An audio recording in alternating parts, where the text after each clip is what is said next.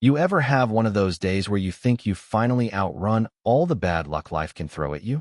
Well, mine started with a patch of stubborn grass, a teenage girl in baggy shorts, and an old army sergeant who thought maybe, just maybe, he could build his daughter back from the ground up. That daughter was Avery. The man with the bum knee and too many scars, that was me. The court wasn't some Pinterest project, trust me. It was born out of desperation, the kind you get when a 14-year-old stops smiling, stops talking, hell, stops living after her mom dies. You know what I mean?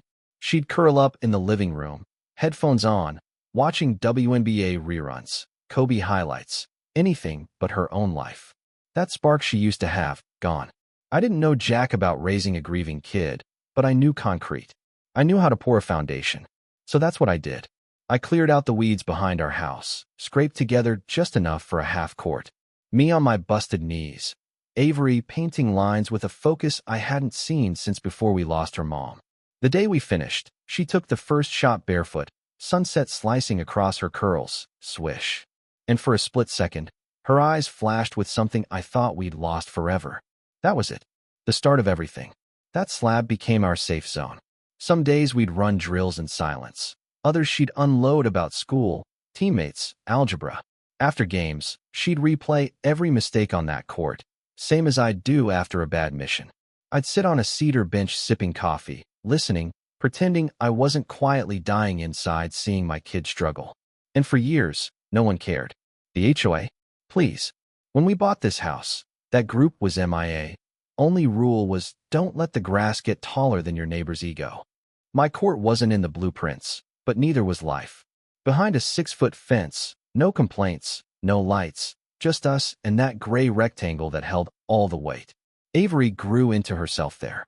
By 16, she could dunk on me. Don't ask how that feels on old Army pride. By 17, she led her varsity team to state finals. I still keep that photo, her sweat-soaked, grinning, trophy in one hand, my shoulder in the other. When she got a full ride to college, studied law, clerked for a judge, became the youngest circuit judge in our county, she always came back home, laced up those same old sneakers, and shot hoops with her dad. That court was a lifeline. So when it vanished in a weekend, gone, bulldozed to dust, I knew something inside her would snap. Let me back up a sec. There's always a Karen. Ours arrived 3 months before the trouble started, marching in with mirrored sunglasses, her poodle and booties, a clipboard, and the kind of attitude that says, I run this now. She knocked on my door. Mr. Roar, I'm the new HOA president. She's the kind of person who makes you miss telemarketers. She told me my court was in violation, needed sketches, drainage plans, all that jazz. I told her it had been there 5 years, nobody cared. She threatened a notice. I laughed her off. That was my first mistake. Next thing I know, a letter shows up, formal, cold, threatening, removal or penalties. I called, I emailed, I even walked down to her so-called HOA office, which was just her garage with a passive-aggressive sign. Silence. And then one Thursday, I had to drive 3 hours to the VA for a checkup. Gone less than 2 days. I came back, and the first thing I felt wasn't right. The kind of quiet that tells you something's missing. The court, gone. No backboard. No lines, not even the damn bench. Just torn up dirt, broken concrete, tire tracks, and a bolt tossed in the flower bed. I was shaking, more from rage than anything the VA ever did to me. My neighbor Gary, Vietnam vet, told me what happened. Flatbed truck, 2 guys in safety vests, said the HOA hired him. He tried to call me, left a voicemail. They didn't even show him paperwork. Court was trash, off to the landfill. I snapped photos, cataloged every scar left in my yard, called the HOA, got nothing. Next day, an email, structure removed. You owe $3,980.47. Pay or face further action. That's when I called Avery. She picked up on the first ring. Dad, are you okay? Not, hi. Not, how's your leg? Just that. I told her what happened.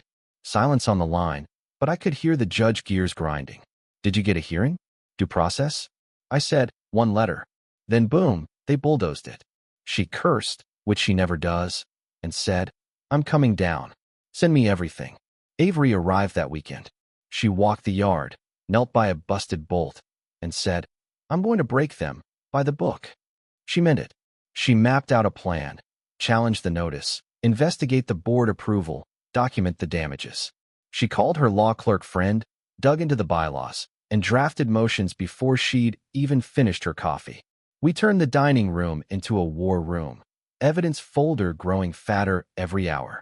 We found out Karen never held a board vote, never got proper approval. Gary and other neighbors gave statements, even a few surprise allies. A new neighbor who'd been fined for a flagpole, Mrs. Delgado for her too bright shutters. Suddenly, stories started bubbling up. Karen had threatened a lemonade stand, flagged wind chimes, told someone their rose bushes were non-compliant. The neighborhood woke up. Meanwhile, Avery filed complaints, got an emergency injunction, froze all HOA threats against me. Karen started sweating, sent informal meeting requests, even had a board member, Rick, come over just to chat. Avery shut that down. Put it in writing or get off the porch. Then we got our break. A manila envelope slid under our door, USB inside. Emails showing Karen instructing contractors to demolish the court while I was away, explicitly telling them, do it Friday, he'll be gone for his VA thing. That was the nail in her coffin. Local paper picked up the story, decorated vet, judge's daughter, backyard court bulldozed, HOA overreach. Neighbors rallied. A petition called for Karen's removal. HOA board members resigned. The new court wasn't built yet, but the spirit was. Avery kept pushing, filed for damages, sought a permanent injunction, gathered more affidavits.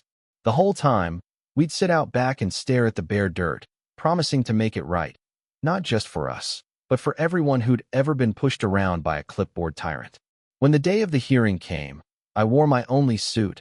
Avery stood beside me, not as a judge, but as my kid, my counsel, my heart. The judge saw the truth, emails, neighbor statements, the timeline, the petty bills. Karen tried to play innocent. I thought it was unsightly. The judge wasn't buying. Ruling? Full damages, $25,000 for property, $10,000 for distress, court costs, a permanent injunction, Karen barred from any HOA leadership for 5 years. It was precise, not loud, not flashy, but final. Reporters wanted a statement. Avery said it best. You don't need a robe to have power. You just need the truth, the law, and the guts to use both.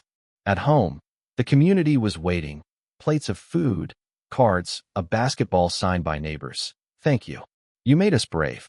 I looked at Avery, ready to build it again. She grinned. Let's make it indestructible this time. The whole block turned out for the new court. Gary brought his toolbox. Kids mixed concrete. Mrs. Delgado donated a new rim. The plaque went up in the center, Avery's words engraved, in memory of Claire Rohr. Built with grief, rebuilt with justice, standing for every neighbor who dares to say, you don't get to take what's ours. The judge who ruled on our case came by, dressed in denim, just another neighbor who cared. We shot hoops under the new lights, Avery making free throws, me missing, her laughing at my rust. Neighbors talked about what happened. Some cried. Some confessed they never thought they could fight back. But now they did. Avery told them, HOAs are volunteers, not dictators. They answer to the law, like everyone else. A petition went around to dissolve the board. The good guys, for once, didn't just win, they changed the rules. A few weeks later, news crews aired our story, but focused on the rebuild, on resilience. Veterans from around the country emailed thanks. Some started fighting their own battles. Avery was invited to speak at a law conference. People started a local HOA defense forum. Our court, this patch of concrete, became a symbol.